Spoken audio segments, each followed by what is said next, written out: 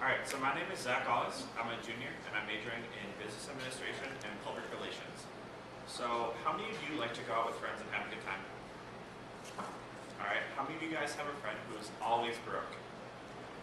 How many of you are that broke friend? Well, I have a simple solution to your problems, and it's called budgeting.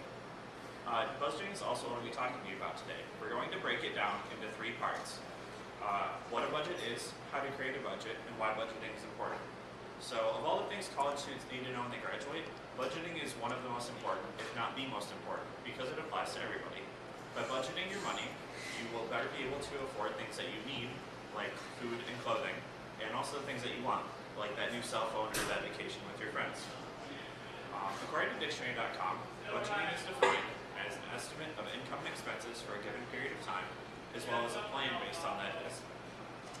What this means is that you need to know how much money you're going to make in order to know how much money you can spend. By doing this, you can avoid things like debt and having to borrow money. Next, I'll talk to you about how to create a budget. Although budgeting can sound scary, it's actually a relatively painless process. The College Budget Starter Kit describes how to create a budget in 5 simple steps. Listing it out, setting priorities, sweating the small stuff, doing the math, and taking it for a test run. Step 1 is to list it out.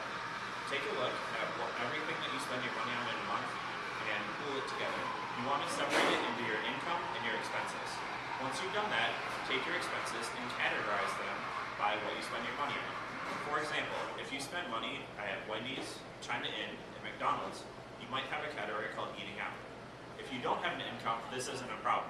Just take how much money you have at your disposal and divide it by how long you need it to last. So for example, if you have $2,500 and you need it to last 10 months, your income is $250 a month. Step 2 is to set priorities. There are 2 types of expenses, fixed expenses and variable expenses. Fixed expenses are things that you have to spend money on, and they're always a priority. Fixed expenses include things such as car insurance and a cell phone bill. Variable expenses are things that you don't always spend the same amount of money on, or things that you buy infrequently. Variable expenses include things like gas, groceries, and going out with friends.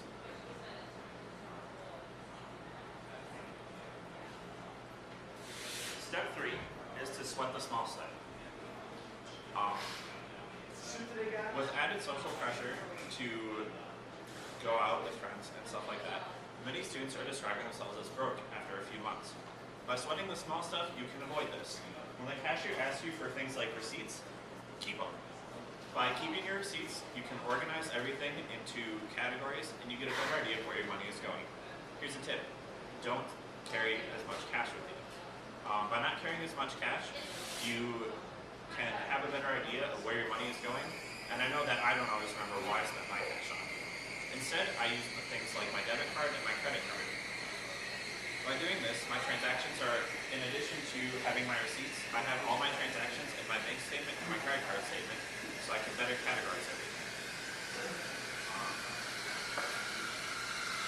Step 4 is to do the math. If your expenses are greater than your income, go back to the drawing board. This may be tough at first, but it'll be worthwhile in the long run. When you can buy things like that new car right out of college, while your friend has to buy that junker because they didn't save any money. Step 5 is to take it for a test run. Try your budget out for a few months and see how it's working. If you find that you're constantly overspending money on things like food and underspending money on other things like clothing, either a lot more money for food and less money for clothing, or just spend less money on food. This might be tough at first, but it's worth it in the long run. And keep adjusting your budget until it's fine-tuned and you're happy with the results. Next, I'll talk about why budgeting is important for college students. What is the one thing that college students worry about most? Money.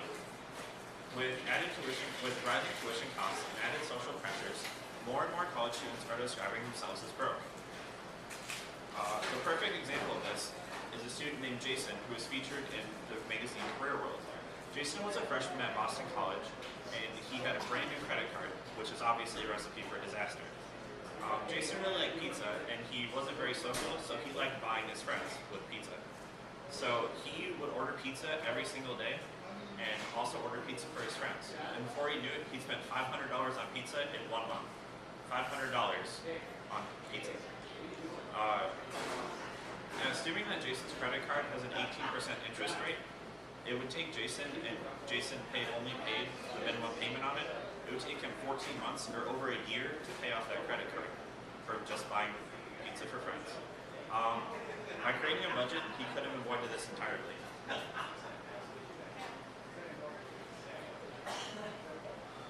So in conclusion, we've looked at how to create a budget, why budgeting is important, and what budgeting it is. By managing your money, you can get a lot more out of it and feel better about how you are financially.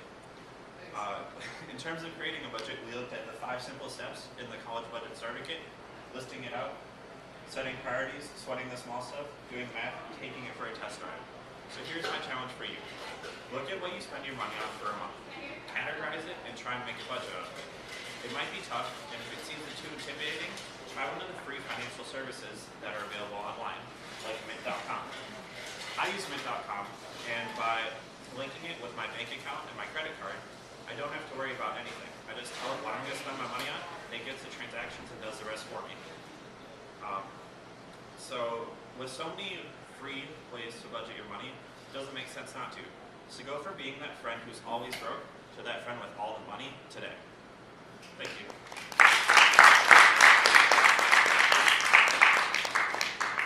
I also have, as part of my presentation, handouts for all of you guys.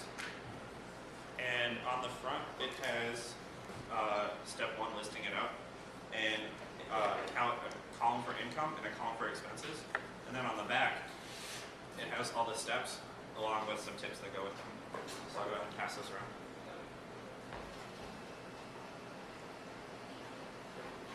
Does anyone have any questions? Yeah. Like when you say listing it out and going through and allocating your expenses of what you buy for when, do you also recommend allocating miscellaneous expense account for each month? Yeah. I have a budget on Mint.com right now, and I have about $50 a month for miscellaneous stuff. So if something comes up, like I need to buy medicine if I'm sick, or if I need to get gas because I suddenly have a car, then I have that extra money kind of budgeted in there, so I don't have to worry about it as much. And if you don't use the money during that month, where do you recommend putting it? I just let it roll over. One of the options on Mint.com, which kind of a shameless plug, but that's what I use, is you can let your budgets roll over month to month. And so some things I do that on, like groceries I let roll over, miscellaneous one I let roll over, and other things I don't, like I have a Netflix subscription that obviously doesn't roll over because it's the same every month and doesn't need to. So there's always an option to do stuff like that. Yeah.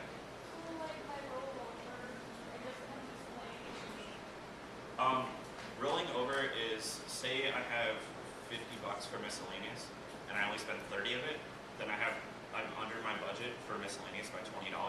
So that $20 just rolls over to the next month. So instead of having only 50, I have $70 for miscellaneous the next month. Are there any other questions?